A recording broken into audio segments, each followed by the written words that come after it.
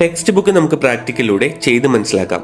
Episode 35. കോളയും മെന്റോസും react ചെയ്ത് Poisson ഉണ്ടാവുമെന്ന് ചെറുപ്പത്തിലെ പലരും നമ്മളെ പേടിപ്പിച്ചു കാണും. എന്നാൽ ഈ ഒരു എക്സ്പെരിമെന്റിൽ യാതൊരുവിധ കെമിക്കൽ റിയാക്ഷനും സംഭവിക്കുന്നില്ല എന്ന് എത്ര പേർക്കറിയാം? ഇത് മനസ്സിലാക്കാൻ ഞാനിവിടെ ഒരു ഗ്ലാസ് സോഡ എടുക്കുന്നുണ്ട്. ഇതിലേക്ക് ഒരു സ്ട്രോ ഇറക്കി വെച്ച് കഴിഞ്ഞാൽ ഈ സ്ട്രോയ്ക്ക് ചുറ്റും ബബിൾസ് ഫോം ചെയ്യുന്നത് കാണാം. സെയിം രീതിയിൽ സോഡയിലേക്ക് കുറച്ച് ഉപ്പാണ് ഇടുന്നതെങ്കിൽ വളരെ വേഗത്തിൽ തന്നെ ബബിൾസ് ഫോം ആവുന്നതും കാണാം. ഈ ഒരു റിയാക്ഷൻ തന്നെയാണ് മെന്റോസിലും നടക്കുന്നത്. നമ്മൾ ഉപയോഗിച്ച സ്ട്രോയിലും മെന്റോസിലും സോൾട്ടിലും എല്ലാം സർഫസിൽ വളരെ സൂക്ഷ്മമായ ധാരാളം ക്രാക്കുകളും സൂക്ഷ്മ ദ്വാരങ്ങളും ഉണ്ടാവും. ഇവ സോഡയും കോക്കും പോലെയുള്ള pressurised carbon dioxide dissolve ചെയ്ത ഡ്രിങ്ക്സിൽ ഇടുമ്പോൾ ഇത്തരത്തിലുള്ള സൂക്ഷ്മ ദ്വാരങ്ങൾ ഒരു ന്യൂക്ലിയേഷൻ സൈറ്റ് ആയിട്ട് ആക്ട് ചെയ്യുകയും അവിടെ വളരെ പെട്ടെന്ന് തന്നെ ഈ ഡ്രിങ്ക്സിലെ കാർബൺ ഡൈ ഓക്സൈഡ് റിലീസ് ആയിട്ട് ഗ്യാസ് ആയി ഫോം ചെയ്യുകയും ചെയ്യും. പ്രഷറിൽ നിറച്ച CO2 റിലീസ് ആവുന്നു എന്നതിലുപരി ഇവിടെ യാതൊരുവിധ ന്യൂ സബ്സ്റ്റൻസും ഫോം ചെയ്യാത്തത് കൊണ്ട് തന്നെ ഈ റിയാക്ഷൻ വെറും നിരുപദ്രവകാരിയായ ഫിസിക്കൽ റിയാക്ഷന് എക്സാമ്പിൾ ആണ്.